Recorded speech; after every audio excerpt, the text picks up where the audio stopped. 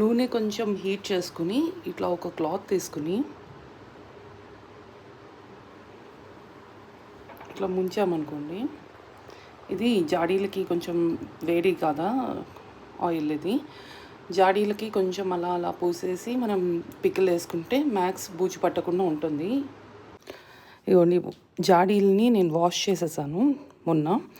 సమ్మరే కాబట్టి తొందరగా ఆరిపోతాయి. కాకపోతే ఒక్కసారి మనం ఈ ఆయిల్ లాంటిది వేడిది తీసుకుని జాడీ అంతా ఇట్లా మనం పెట్టుకున్నాం అనుకోండి, నేను మా ఆయననే కాబట్టి తక్కువగానే పెట్టుకున్నాము. బూజు పట్టకుండా ఉంటుందన్నమాట. ఇట్లా వేసుకుంటే ఇవ్వండి, ఇది ప్లెయిన్ వాష్ చేసింది. సో నేనేం చేస్తున్నా అంటే ఇట్లా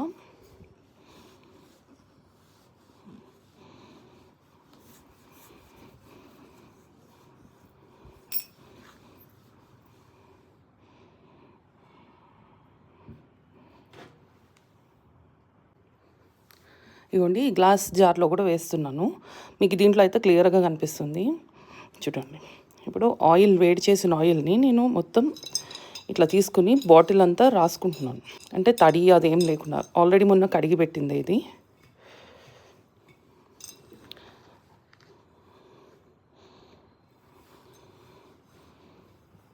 ఇట్లా అయితే మ్యాక్స్ బూత్ పట్టకుండా ఉంటాయి.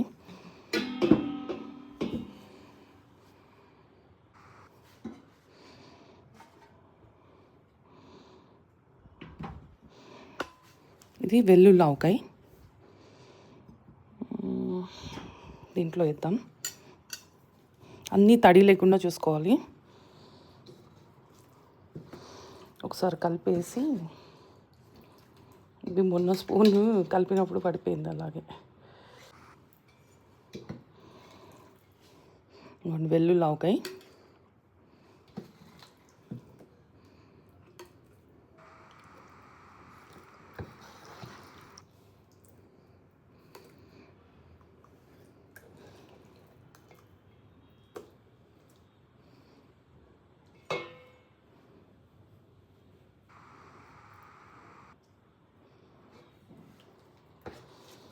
వాసన అయితే గుమ్మగుమ్మలాడుతుంది. వెల్లుల్లి తక్కువ వేసాను నేను, ఇంకా ఎక్కువ వేసుకుంటే బాగుంటుంది.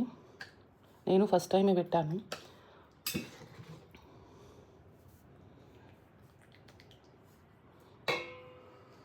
ఇంత నిండుగా వేసుకోకూడదు యాక్చువల్లీ, ఇంకా మూత పెట్టాలి కదా.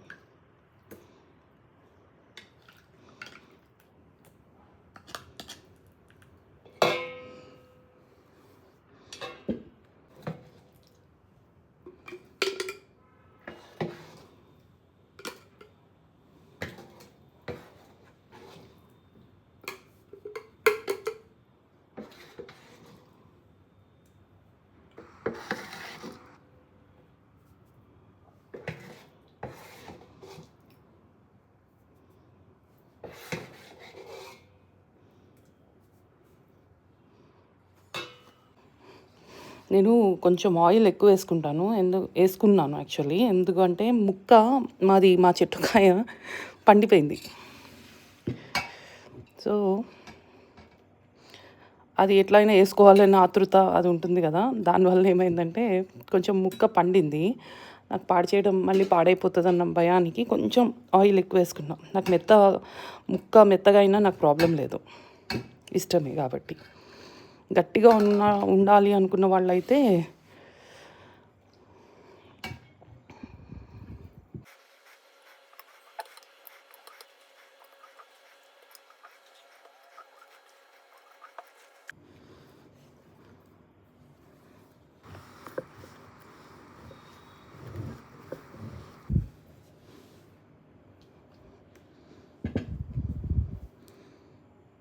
ఇట్లాంటి జాడీలు అయితే టెంపరీకి బాగుంటాయి, కానీ ఇట్లా మూత తిప్పేవైతే బెస్ట్.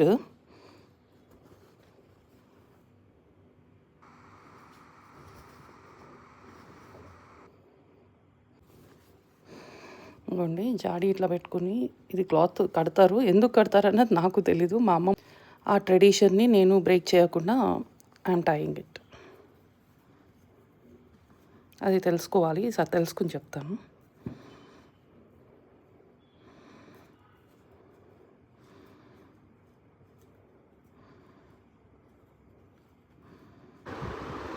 ఇదిగోండి ఇలా అయితే కట్టుకోవాలి. ఇది ఎందుకు కట్టుకుంటారో అన్నది నాకు ఐడియా లేదు. నెక్స్ట్ వీడియోలో నేను కనుక్కొని చెప్తాను.